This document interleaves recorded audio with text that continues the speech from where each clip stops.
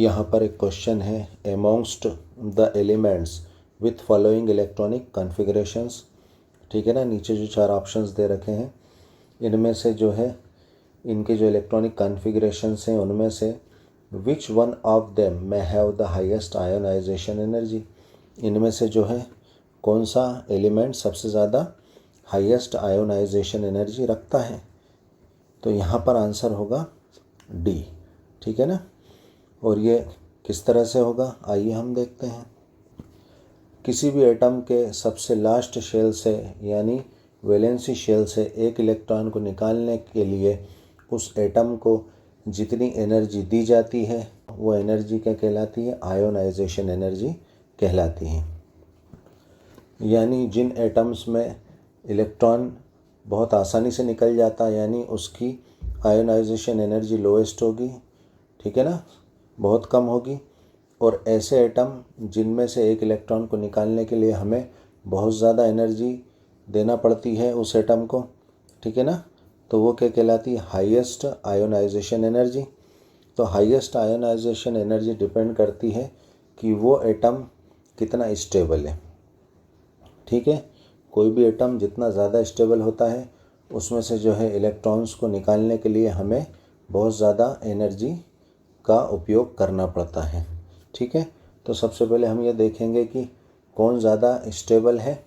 तो हम जानते हैं कि जो स्टेबिलिटी है वो किस पर डिपेंड करती है कि कोई भी जो ऑर्बिटल है वो या तो हाफ फिल्ड हो तो भी स्टेबिलिटी होती है अच्छी, और या फुल फिल्ड हो तो स्टेबिलिटी और अच्छी होती है। तो जैसा कि हम जानते हैं हमारे पास पी ऑर्बिटल्स होते हैं, ठीक है ना, डी ऑर्बिटल्स होते हैं और एफ ऑर्बिटल्स होते हैं। पी में जो है 3 ऑर्बिटल्स होते हैं, डी में कितने होते हैं, 5 ऑर्बिटल्स होते हैं, और एफ में जो है 7 ऑर्बिटल्स होते हैं। ठीक है, तो जब ये पी, डी और एफ ऑर्बिटल्स हाफ फील्ड होते हैं यानी सारे आधे भरे होते हैं तो भी ये स्टेबल कंडीशन होती है। ठीक है, यानी एफ जो है जिसमें सारे हाफ फील्ड है वो डी से ज़्यादा स्टेबल होगा, और डी जिसमें सब हाफ फील्ड है वो किससे, पी से ज़्यादा स्टेबल होगा। उसी तरह अगर हम देखें पी ऑर्बिटल में और हमारा डी ऑर्बिटल और हमारा एफ ऑर्बिटल में, पी में 3, डी में जो है 5 ऑर्बिटल्स और हमारे एफ में जो है 7 ऑर्बिटल्स होते हैं। ठीक है, यह हमारा जो है पी, डी और एफ ऑर्बिटल्स। तो जब इसमें फुल फिल्ड होते हैं ये यानी सारे पेयर होते हैं, क्योंकि हम जानते हैं एक ऑर्बिटल में 2 से ज़्यादा इलेक्ट्रॉन नहीं रह सकते हैं, तो ये फुल फिल्ड हो गया पी। ठीक है ना, कंप्लीट 6 इलेक्ट्रॉन्स आ गए। इसमें जो है सभी फुल फिल्ड हो, ठीक है ना, डी में, एफ में जो है सभी फुल फिल्ड हों, ठीक है, सभी पेयर हों, जोड़े से हों, 14 और यहाँ 10, यहाँ पर जो है 3, यहाँ पर जो है कितने 5 और यहाँ पर कितने 7। ठीक, तो यहाँ पर अगर हम देखें तो जो फुल फिल्ड एफ ऑर्बिटल्स होते हैं वो फुल फिल्ड डी ऑर्बिटल से ज़्यादा स्टेबल होते हैं, और डी ऑर्बिटल्स अगर ये फुल फिल्ड हों डी ऑर्बिटल्स तो ये पी ऑर्बिटल्स से ज़्यादा स्टेबल होते हैं। और इनमें आपस में अगर देखें हाफ फील्ड और फुल फील्ड में, तो ध्यान रखना कि ये जो फुल फील्ड पी ऑर्बिटल होता है ये हाफ फील्ड से ज़्यादा stable, D full field half field से ज़्यादा स्टेबल है ना, ग्रेटर देन होता है, और जो है फुल फील्ड एफ ऑर्बिटल्स किससे, हाफ फील्ड जो है एफ ऑर्बिटल से ज़्यादा स्टेबल होते हैं, ग्रेटर देन होते हैं। ठीक है, तो ये स्टेबिलिटी की कंडीशन है हमारी, ठीक है ना, हाफ फील्ड और फुल फील्ड ऑर्बिटल्स की। तो यहाँ पर अगर हम अब चेक करें तो यहाँ पर क्या है, नियॉन तक हमारे क्या होते हैं 10 हो जाते हैं नंबर ऑफ़ इलेक्ट्रॉन्स। तो 10 में 2 प्लस करें कितने 12 और 1 13। 13 किसका होता है, एल्यूमिनियम का। ठीक है ना, अब यहाँ चेक करें तो नियॉन में यहाँ तक 10 इसमें 2 प्लस करा 12 और 2 प्लस करा तो 14, ठीक है ना, 14 इलेक्ट्रॉन्स, 14 इलेक्ट्रॉन्स। ये किसके होते हैं? सिलिकॉन के होते हैं।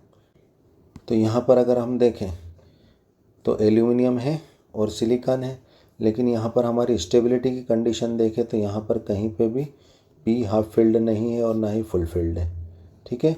यानी हमारा ए और सी ऑप्शन तो नहीं होगा यहाँ पर, ठीक है। अब हम बी और डी की बात करें। डी तो हमें पता है आंसर है। अगर यहाँ पर हम देखें तो 4p3 यानी क्या है? हाफ फिल्ड हैं सभी, ठीक है ना। और फोर्थ शेल है ना। ये 4 क्या बता रहा है? नंबर ऑफ शेल्स, यानी हमारे न्यूक्लियस के चारों तरफ जो है 4 शेल्स होते हैं इसमें। तो हम देखते हैं ये कौन सा एलिमेंट है। तो यहाँ पर आर्गन कितने होते हैं? 18 होते हैं, 18 होते हैं, है ना। आर्गन क्या होता है? इसके पास 18 इलेक्ट्रॉन्स होते हैं। तो आर्गन 18, इसमें 10 प्लस करो तो कितने? 28, 28 में 2 प्लस करो तो कितने? 30, और 30 में 3 प्लस 33। 33 किसका होता है ना। 33 आर्सेनिक के नंबर ऑफ इलेक्ट्रॉन्स होते हैं, ये उसका, यानी ये आर्सेनिक का इलेक्ट्रॉनिक कॉन्फ़िगरेशन है। तो यहाँ पर भी हाफ फील्ड वाली कंडीशन है। अब यहाँ पर अगर हम चेक करें तो नियॉन 10, इसमें 2 प्लस करें तो कितने? 12 और 3 15, कितने आए? 15, ठीक है ना। 15 किसका होता है? फास्फोरस का होता है। तो यहाँ हमारी दो कंडीशन बैठ रही है। एक तो हाफ फील्ड जो है 3p3 ऑर्बिटल्स हैं किसके? फास्फोरस के। और यहाँ पर जो है 4p3 आर्सेनिक के ऑर्बिटल्स हैं। तो यहाँ पर डी जो है ऑप्शन किस तरह से राइट हुआ, ठीक है। तो ये किस तरह से हुआ ये हम देखते हैं। हमारे सामने बस 2 ऑप्शंस बचे थे, 2 ऑप्शन तो हमने हटा दिए जो कि जिनकी आयनाइजेशन एनर्जी जो है हाईएस्ट हो ही नहीं सकती, क्योंकि वहाँ पर ना हाफ फील्ड है ना फुल फील्ड जो है ऑर्बिटल्स हैं। लेकिन यहाँ पर अगर हम देखें तो आर्सेनिक 33 में क्या है? सबसे लास्ट शेल में 4p3 हाफ फील्ड जो है ऑर्बिटल है, ठीक है ना। p ऑर्बिटल्स हाफ फील्ड है। तो यहाँ पर अगर हम देखें तो आर्सेनिक जो है नाइट्रोजन फैमिली का ही होता है, ठीक है ना। नाइट्रोजन, फास्फोरस, आर्सेनिक, एंटीमनी और बिस्मिथ। हम जो 2 ऑप्शन चेक कर रहे हैं, फास्फोरस और आर्सेनिक, दोनों एक ही ग्रुप के सदस्य हैं। लेकिन क्या है, जो है फास्फोरस ऊपर है और आर्सेनिक नीचे है, ठीक। तो यहाँ पर क्या होता है, हम जानते हैं कि ये पीरियड जो है फास्फोरस का जो है ऊपर का पीरियड है और आर्सेनिक का जो है नीचे वाला पीरियड है। यानी नंबर ऑफ शेल्स बढ़ गए। यहाँ पर अगर हम देखें तो यहाँ 4 शेल्स हैं। आर्सेनिक में तो 1 first shell, second shell, third shell और ये फोर्थ शेल। आर्सेनिक में 4 शेल्स होते हैं। तो 4 शेल होने की वजह से क्या होता है, लास्ट शेल का जो है नाभिक से क्या होता है, न्यूक्लियस से लास्ट शेल दूर हो जाता है, ठीक है ना। एक शेल एक्स्ट्रा होने के कारण आर्सेनिक जो है कौन सा है, फास्फोरस से नीचे होता है। तो एक शेल एक्स्ट्रा इसमें बढ़ चुका है ना, चौथा शेल आ गया।